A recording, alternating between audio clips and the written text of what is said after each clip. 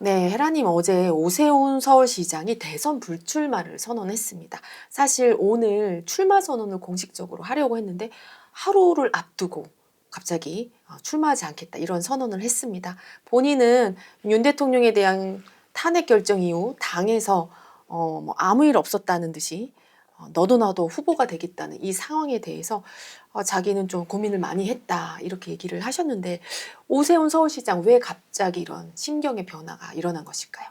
사람들은 대부분 그 현실이 변해서 마음이 변한다고 생각해요. 안 그래. 마음이 올라왔기 때문에 그 마음 때문에 현실도 변하고 행동도 변하고 다 변하는 거야. 이분은 약자 마음 올랐어요. 수치당할까 봐 두려운 약자 마음. 본인이 지금 명태균 씨 때문에 조사받고 있잖아. 사람이 심리적으로 조사받고 할 때 그 압박감을 느끼면서 수치당할까 봐 두려운 약자 마음 올라오지 당연히. 그리고 본인은 부인하지만 뭐 여러 가지 증거 정황이나 많이 나오고 있어요. 그러니까 그런 것도 두려운데 이렇게 두려운 약자 마음이 올라왔을 때는 그 마음으로 세상을 보거든. 그러니까 지금 현실을 볼 때 그 국힘에서 거의 막 20명 되는 후보들이 나와서 난립을 하고 대권 후보로 도전하는 걸 보면서 그 눈으로 보는 거야. 약자 눈. 수치당할까 봐 두려운 약자 눈. 그러면 아, 국민들이 뻔뻔하다. 어떻게 저렇게 비상계엄도 막지 못하고 대통령이 탄핵까지 당한 당이 뻔뻔하게 석고대죄에도 모자를 판에 나올까? 이렇게 수치당할까 봐 두렵다고 해석을 하죠. 그 마음이. 그러면 용기가 나겠어? 마음이 딱 용기가 안 나요. 그러니까 이분이 자기 그 마음이 가짜인 걸 알아차려야 되거든. 근데 우리 국민들이 마음 공부 안 했잖아. 그러니까 올라와도 이게 가짜인지 모르고 이 마음이 딸려가는 거야. 이게 진짜라고 생각해. 자기 마음이. 똑같은 이 컵을 봐도 밑에서 보느냐 옆에서 보느냐 위에서 보느냐 다 다르게 보이죠. 그렇죠? 내가 어떤 마음이 떴느냐에 따라서 다르게 보이는 거야. 약자 마음이 떴을 때는 그 약자의 눈으로 세상을 보는 거야. 내가 열등이 마음이 뜨면 그 열등이 마음으로 세상을 보니까 다 열등해 보여. 그래서 엄마들 왜 아들이나 딸이 공부를 안 하거나 못하면 막 화내면서 뭐라고 하는 게 자기 열등이 마음을 자식을 통해서 보는 거죠. 그 열등이 마음이 올라와 있을 때 자식을 보면 너무 무섭고 잘못될까 봐 열등이로 제대로 못 살다 죽을까 봐 막 잔소리하고 화내고 이렇게 되는 것 같아요. 근데 엄마들 기분이 편안하면 조금 잘못해도 그냥 넘어가잖아. 사람은 자기 마음으로 투사하는 걸 봐야 돼. 그래서 이분이 명태균 씨 조사도 안 받고 그래서 약자 마음이 안 올라와 있으면 이런 결정을 했을까? 그런 생각이 드네요.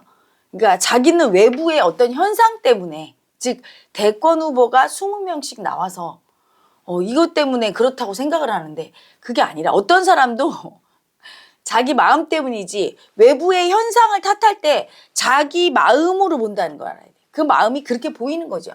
근데 뭐 다른 대선 후보한테 물어봐. 다른 대선 후보들은 이게 기회다. 우리 보수가 나와서 흥행도 하고 나라 바꾸자. 용감하고 강자 마음 올라와 있고 결기 있는 사람들은 또 그렇게 보일 거야. 이 현상을. 잘 됐다. 여러 명 나와서 흥행도 한다. 저쪽에 민주당은 이재명 혼자니까 어차피 다른 사람은 들러리다. 이렇게 해석할 수도 있거든. 그래서 그건 자기 마음이 올라와 있는 걸 못 알아차리고 그 마음에 끌려가 있는 거야. 그래서 어제 대선 후보 이제 안 나가겠다고 말할 때 얼굴을 보니까 근심 걱정이 정말로 너무 두려워. 수치당할까 봐. 근데 이제 잘 안 나오는 거예요, 이분이. 왜냐하면 저런 상태에서 나오면 제가 얘기하잖아, 항상. 약자 마음이 할 때는 인기를 못 얻고 추락하게 돼 있고 또 약자 마음이면 공격을 많이 당하게 돼 있어요. 타깃이 돼. 그리고 명태균 씨 조사 같은 것들이 이게 까발려지거나 또는 상대 대선 후보로 나온 사람이 공격용으로 여러 가지를 건드리지. 오세훈 난타전이 되겠죠. 그렇지. 난타전인데 오세훈 시장이 살면서 잘못했던 거, 의혹 있던 거, 비리 이런 거 다 까발려지는데 그게 너무 무서운 그걸 거야. 버텨낼 힘이 없는 거야. 자기 수치를 볼 힘이 없는 거야. 수치가 너무 두려워서 아니 여러분 그 수치가 두려워서 사람이 죽는 거야. 죽기까지 하는데 죽음보다 더 무서운 게 수치 보는 거야. 장제원 의원도 자기 조사받고 그러면 자기 성폭행 의혹 그 수치잖아요. 그걸 당해야 되잖아. 그걸 당하느니 차라리 죽는 거야. 그리고 예전에 노무현 대통령 뭐 논두렁, 시계, 다이아 물론 묻혔지 돌아가시고 나서. 근데 그 그 사건 조사받고 국민들 앞에 어쨌든 까발려질 거 아니에요. 그 수치를 보는 게 너무 두려우니까 차라리 죽어버렸잖아. 그렇게 사람은 수치 보는 게 되게 두려워. 그 두려운 약자 마음이 가짜라는 걸 알고 수치 인정하고 벌 받으면서 돌파할 때 약자가 죽는 거예요. 사람은 아픔을 많이 겪은 사람. 근데 그 아픔을 고집 부리면서 안 받아들이려고 고집 부리고 지금 고집 부리고 있는 거야, 오세훈 시장. 안 받아들이려고. 분명히 본인은 수치당할까 봐 두려운데 자기 수치 까발려질까 봐 피하는 거지, 그치? 근데 피해도 소용없어. 또 올 거거든. 그래서 공직에 진출하거나 자기가 유명인이 되는 건 꼭 좋은 일은 아니에요. 왜냐하면 서민으로 살면 그렇게 수치당할 일이 없어. 수치 떨어도 그냥 옆 사람한테 한 소리 듣고 마는데 유명해지면 질수록 어때요? 아우, 수치당했을 때 정말 죽고 싶고 연예인들 종종 자살하잖아. 김세론 씨 자살한 것도 그거죠. 날마다 여론의 문매를 맞고 유튜브의 문매를 맞고 공인이니까. 그런데 김수현 씨도 마찬가지고 공인은 그걸 받아내야 될 의무가 있는 거예요. 안 그러면 유명해지면 안 돼. 공인이 됨으로 인해서 어떤 권력도 얻고 돈도 얻고 또 사회적 책임도 얻는 거니까 그런 일이 있을 때 받아들여야 되는 거지. 사람은 수치를 안 떨 수가 없어. 살면서 누구나 실수하거나 수치스러운 일이 생기고 그 수치 애고가 일을 벌리거든. 이럴 때 그걸 인정하고 그거 보는 두려운 약자를 딱 느끼면서 이게 가짜구나. 이 또한 지나가리라 하고 수치 딱 느끼고 겸허하게 벌 받겠습니다. 그러면 가장 가볍게 받거든. 그리고 넘어가 줘야 되는데 이분이 지금 엄청 무서운 거예요. 그래서 지레 겁먹고 발 뺐다 이렇게 얘기해도 될까요? 좀 그런 형국이죠. 근데 예. 그래도 이 수치는 내가 그걸 피한다고 해서 피해지는 게 아니라 이분한테 꼭 얘기하고 싶어. 앞으로 어떤 일이 생겨서 본인의 수치를 보고 수치를 당해도 그 수치 보는 두려운 약자는 가짜고 가짜인 이유는 시간이 지나가고 내가 그 마음을 인정하고 받아들이면 없어지니까 그거에 대해서 너무 절대 수치 안 당하려고 이렇게 고집을 부리시면 오히려 더 힘들다.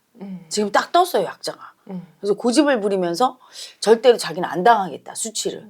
그러니까 안 당하겠다고 딱 대선 후보에 출마를 안 하니까 나머지 대선 후보들은 경쟁자 한 명 줄어들어, 유력한 사람. 그러니까 다 환영의 뜻을 밝히지. 네, 존경한다, 뭐 깊은 울림이 있다 이렇게 표현을 하시던데요. 아우, 그게 더 수치스러워.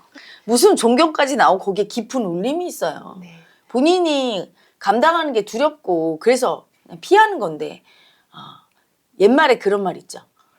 여우 피하려다 호랑이 만난다고. 그래서 마음을 굳게 먹으시기 바랍니다. 왜냐하면 정치인들 중에 심약한 분들은 장재원 씨 같은 분 너무 그게 안타깝지, 그치? 아니 죄를 참회하고 사람이 실수할 수 있어요, 그렇죠?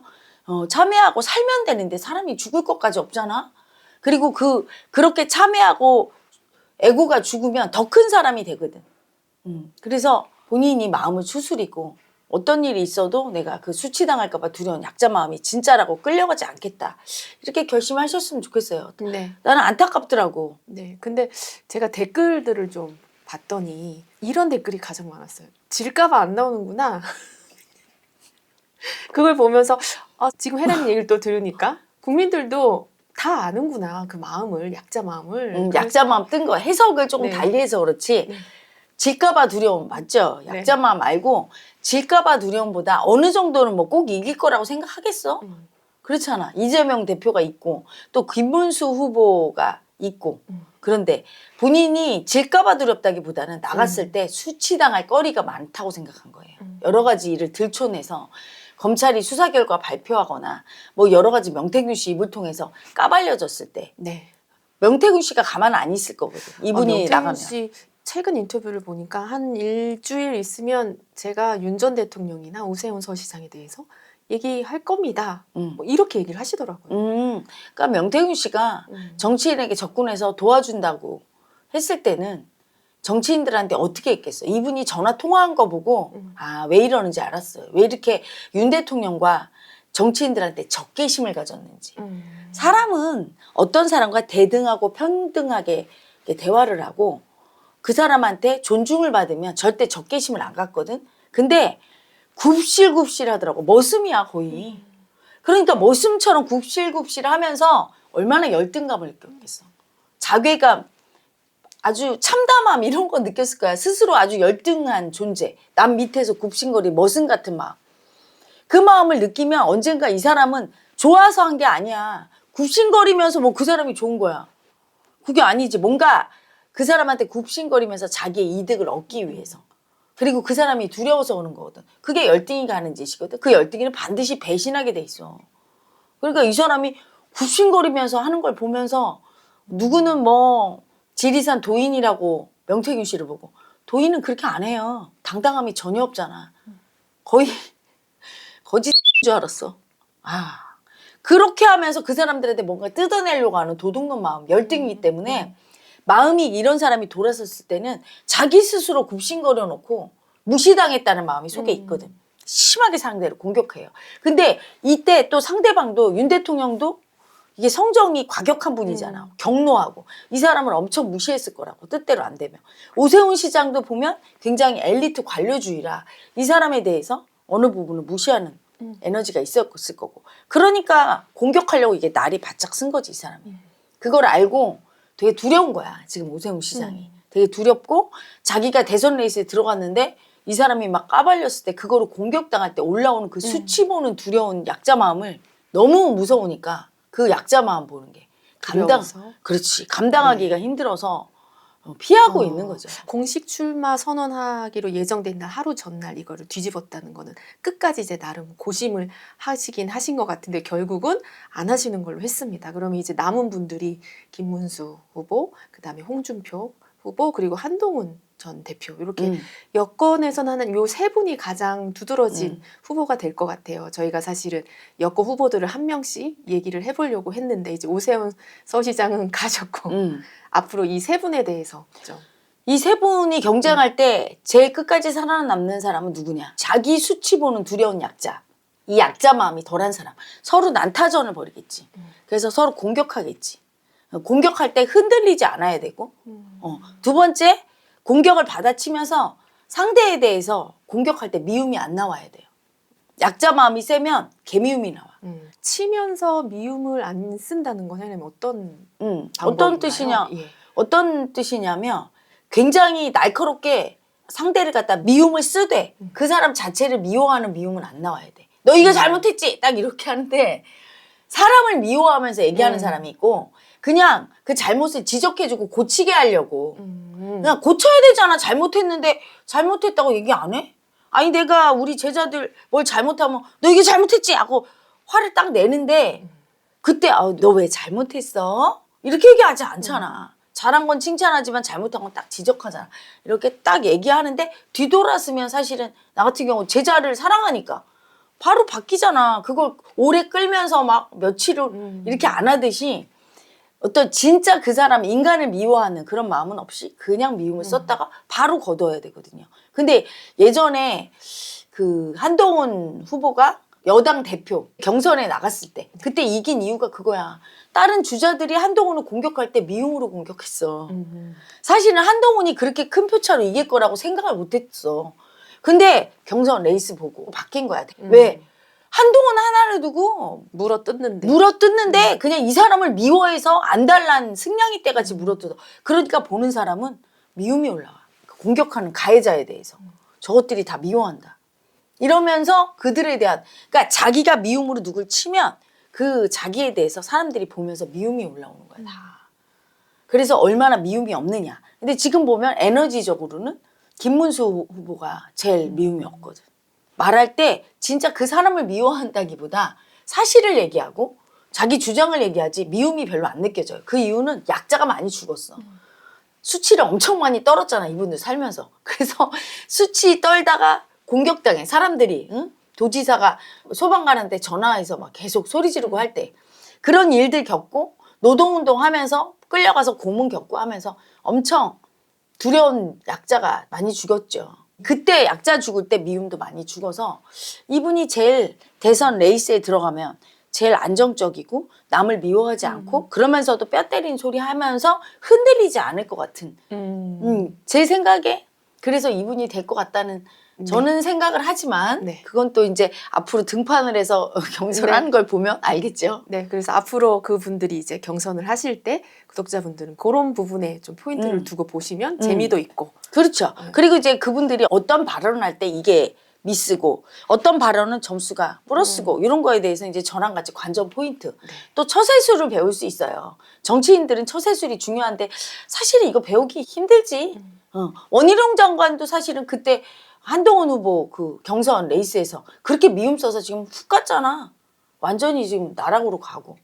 그래서 그 미움 받을까 봐 두려운 약자가 많이 죽어야 되는데 한동훈 후보가 참 아쉬운 게 그때 대통령 딱 미움 쓰면서 그 미움을 쓰는 약자가 죽었어야 돼요. 그 애고가. 안 죽어서 이분도 미움 받을까 봐 두려운 약자가 지금 큰 상태라 두각을 잘 못 나타내고 있는데 경선에 돌입하면 또 어떻게 돌변할지 지켜봅시다.